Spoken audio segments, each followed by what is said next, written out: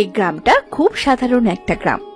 ছোট ছোট ঘর, মাটির রাস্তা, পুকুরের ধারে বটগাছ। আর এই গ্রামেই আছে করিম মোল্লার বাড়ি। দুই ছেলের সংসার, কিন্তু সংসারে শান্তির চেয়ে অশান্তির পরিমাণই যেন একটু বেশি।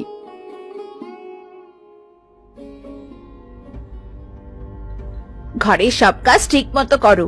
গরিব ঘরের মেয়ে, কাজ তো আগে থেকেই করো, এখন না হয় একটু বেশি করলে। ও তো এসেছে কাজ করার জন্যই, কাজ করবে না তো কি করবে? নন্দিনী এই বাড়িতে বউ হয়ে এসেছে 1 বছরেরও কম সময়। গরিব বাবার ঘর থেকে এসেছে বলে শাশুড়ি আর বড় যা তাকে কখনো মানুষ বলেই গণ্য করে না। তবুও তার মনটাকে ভাঙতে পারেনি ওদের কথার বিষে। ভালো করে করো, হাড়িতে যেন পানি না রয়ে যায়। তোমাদের বাড়িতে হয়তো এগুলো শেখায় না, কিন্তু আমাদের বাড়িতে এসব চলবে না। আমি দেখি করব দিদি। মেয়েটা আসার পর থেকেই ঘরের শান্তি উড়ে গেছে, যেন সবকিছুতেই নিজের নিয়ন্ত্রণে আনতে চায়। ছোট ছেলে রাহাত স্ত্রীর কষ্ট দেখে, কিন্তু মায়ের ভয়ে সে কিছুই বলে না। সংসারটা বড় হলেও মমতার জায়গাটা ঠিক ছোট হয়ে গেছে। দেখলে তো, সব কাজ নন্দিনী করে। তোমার মা আর আমরা তো বসেই থাকি, কি যে কাজ করে ওই ভালো জানে। থাক না, কাজ করলে করতে দাও, ঝামেলা না হলেই হলো গো। এভাবেই শুরু হয় প্রতিদিনের সকাল। কাজের চাপে ক্লান্ত শরীর আর অবহেলা জমে থাকা মন। তবুও নন্দিনীর মুখে সব সময় একটুখানি নরম হাসি, যে হাসি শুধু সে নিজে বোঝে আর বোঝে নদীর হাওয়া। কি ভাবছেন এই কার্টুনগুলো কিভাবে বানাই? কোনো চিন্তা নেই, আমাদের অফিস এফএস ক্রিয়েশনে হাতে কলমে শেখানো হচ্ছে 2D অ্যানিমেশন। অনলাইন কোর্সে আজই জয়েন করুন।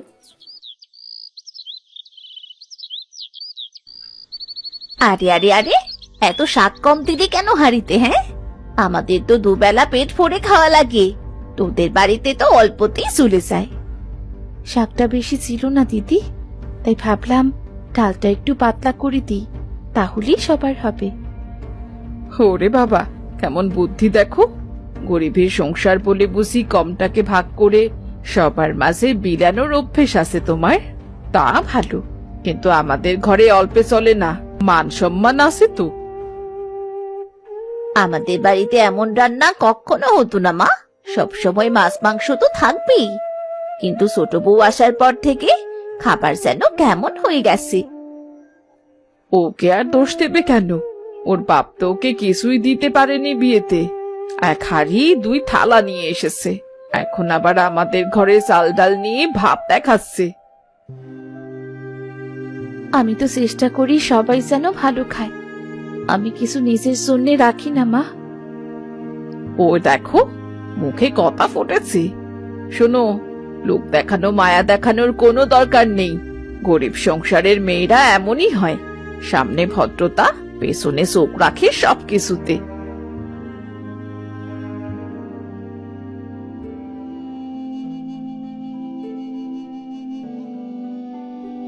মা, ওর সাথে তুমি সব সময় এমন করে কথা বলো কেন? ও কিছু বলেনি তো? তুই চুপ কর, বউয়ের পক্ষ নিয়ে বেশি কথা বলতে শিখেছিস? ও তোকে জাদু করেছে বুঝি? সংসার চালাতে গেলে জানতে হয় কে কেমন।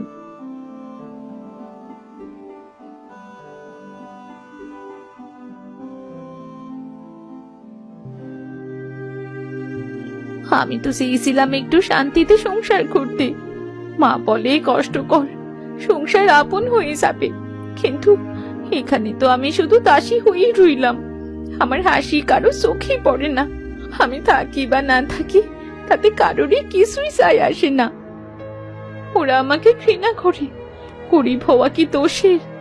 আমার বাবার কি দোষ যে তিনি ধনী নন? আমি কি বেশি কিছু চাই? শুধু সম্মান আর একটু ভালোবাসা চাই। কাঁদছো কেন? কিছু না, চুলোয় হাড়ি বসিয়ে রেখে এলাম, ভাবছিলাম তাই আমার দিকে তাকাও। তোমার চোখ কথা বলে দেয় সবকিছু। তুমি যতই লুকাও, আমি বুঝি সব। আমি খুব ক্লান্ত হয়ে গেছি, সারাদিন কাজ করি, কিন্তু ওরা ওরা আমার দিকে এমন ভাবে তাকায় যেন আমি ভিক্ষে চাইতে এসেছি। তুমি ভিক্ষা চাইতে আসনি, তুমি এই ঘরের লক্ষ্মী। যদি কেউ তা না বোঝে, ওদের চোখের সমস্যা, তোমার নয়। কিন্তু তুমি মাকে তো কিছু বলো না, তখন মনে হয় তুমিও ওদের মতোই ভাবো। শোনো, আমি মায়ের কথা এড়িয়ে যাই শান্তির জন্য, ভয় থেকে নয়। কিন্তু তোমার প্রতি যা হচ্ছে, আমি চোখ বুঝে থাকতে পারি না। অনেক দিন ধরে দেখছি আমি কথা বলবো, তোমার পাশে থাকবো, আমি প্রতিশ্রুতি দিচ্ছি। সত্যি? এই নদীর জলের মতো যদি কথা ফেলে দেই, তাহলে কি আমি স্বামী বলে দাবি করতে পারি? চলো ঘরে যাই। আজ থেকে তুমি আর একা নও, বুঝলে? তুমি আর একা নও গো।